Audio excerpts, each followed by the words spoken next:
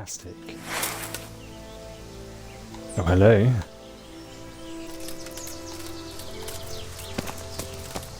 Oh no, I can't stop here.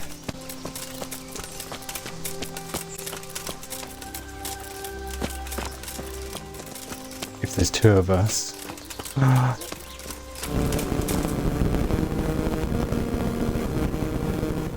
From the yard or from the wood? Oh, I still need to talk to the priest and Scarlets. Return to Ratite and speak with Radzig. So we're going there, we're going there, we're going there. Oh, so we go back to Ledchetko. Ulrich died.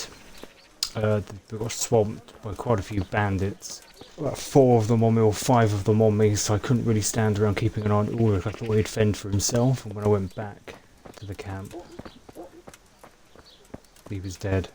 So I thought I'd take his armour and put it to good use, pushed his body into a bush, so no one else goes looting him. That's the most respectful you can be, isn't it? What is a merciful run? We can try it. Agree? I haven't quite discovered the many ways in which you resolve a situation without violence. I'd almost shake on that. Am I just punishing myself by wanting to do on hardcore when I do a pacifist run? Okay, so we need to go back to Rateye. So we've got to go... No, we've got to go to Ledechek. I'm never going to be able to pronounce it. Ledechko. I'm sure half the time it doesn't give me a cursor. There it is. Okay, so we want to go this way. So we're on the right road. Go round there. Down. Up. To Ledechko. Yeah! Yeah! Yeah! The only thing I'm conscientious of with doing a pacifist run is I don't like it getting a bit meta rather than role playing. You know, like sometimes you cheat the game in order to make things happen. I don't want it to become gamey. It's got to stay in character.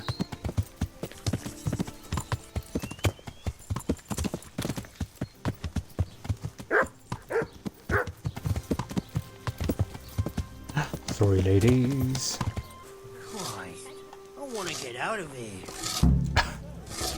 How do you like it at the mill, Fritz? It's worse here than at Scarlet's.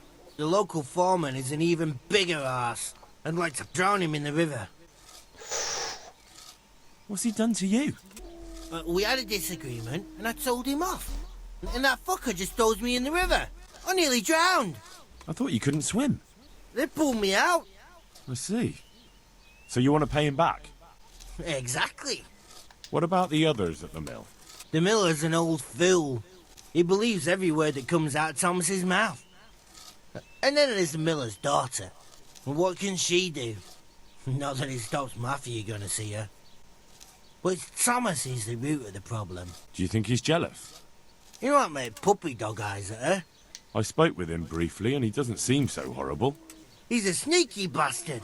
Damned if I know why. And what do you want to do about it? No fucking chance.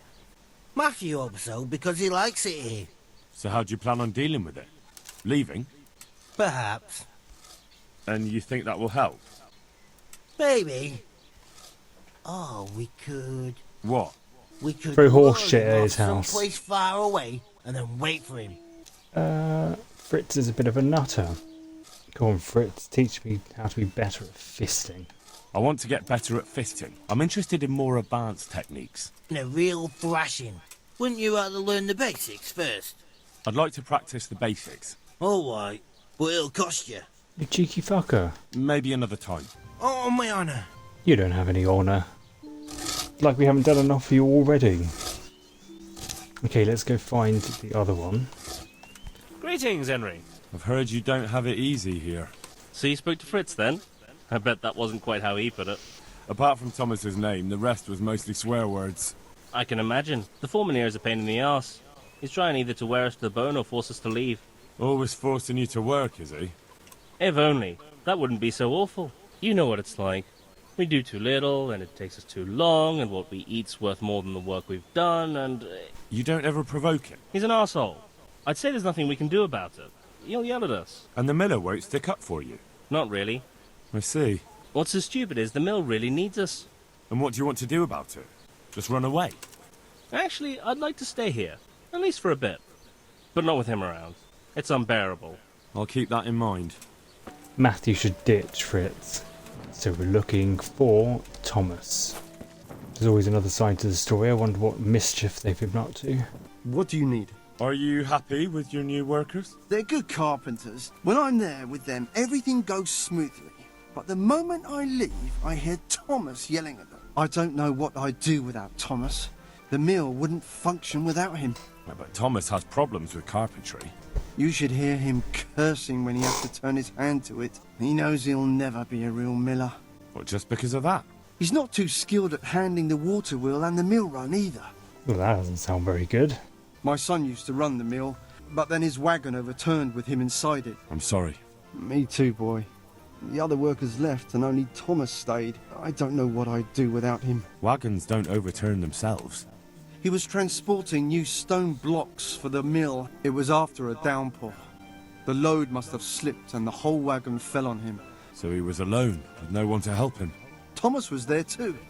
He helped Martin to load the wagon in Sasser, and both of them set off back. Just the two of them. No one else was there. They always did it that way. Thomas couldn't pull the wagon off him. He ran for help, but it was already too late. I'm sorry, but I'm sure he's in God's kingdom now. He was a good boy, a kind soul. Sounds suspicious to me.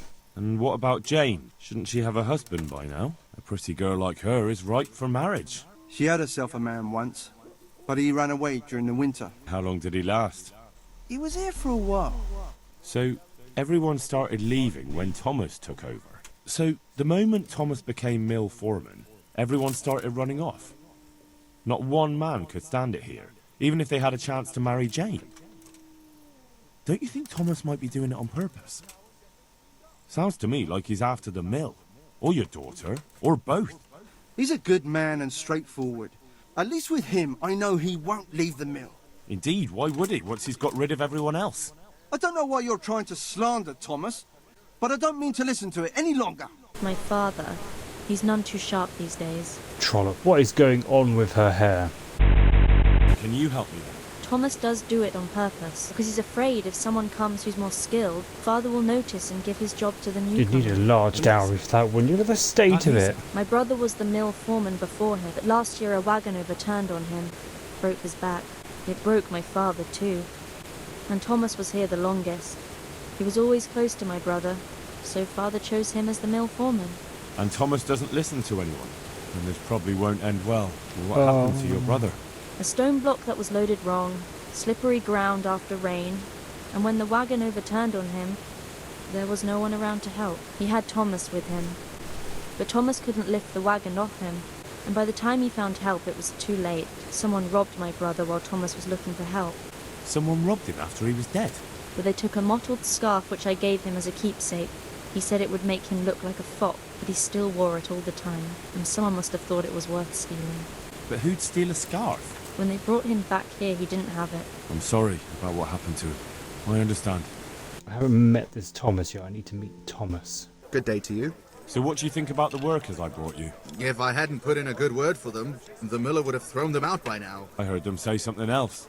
I provide for them, and all they do is slack off. Isn't it the miller who provides for them? If it weren't for me, there'd be nothing left standing around here. But you need the help anyway. And they're pretty handy. They're in no danger of overworking themselves. And I saw them eyeing up Jane. Nothing strange about that. She's a pretty girl, and she's of an age to marry. It's not marriage they've got on their minds. You need the mill fixed, they need the money. If they have peace to do their work, they'll be able to finish it faster. And then they'll take their groschen and leave. But do you really think I can trust them to do it? Will they do their work and leave? And leave Jane alone in the meantime? I think Matthew is up to the task, Now isn't I think he? about it, probably not. You've been a pest for a long time now. It's not like you do anything anyway. Apart from sitting around yelling at the men actually doing the work. And why not? I've got other plans. Get out! I want to see where he sleeps so that I can do a bit of snooping around. The mention of the scarf has me curious, and I have a feeling that if I have a little look about, said scarf might present itself. Oh, he sleeps here. A chest. Are we ready, Henry?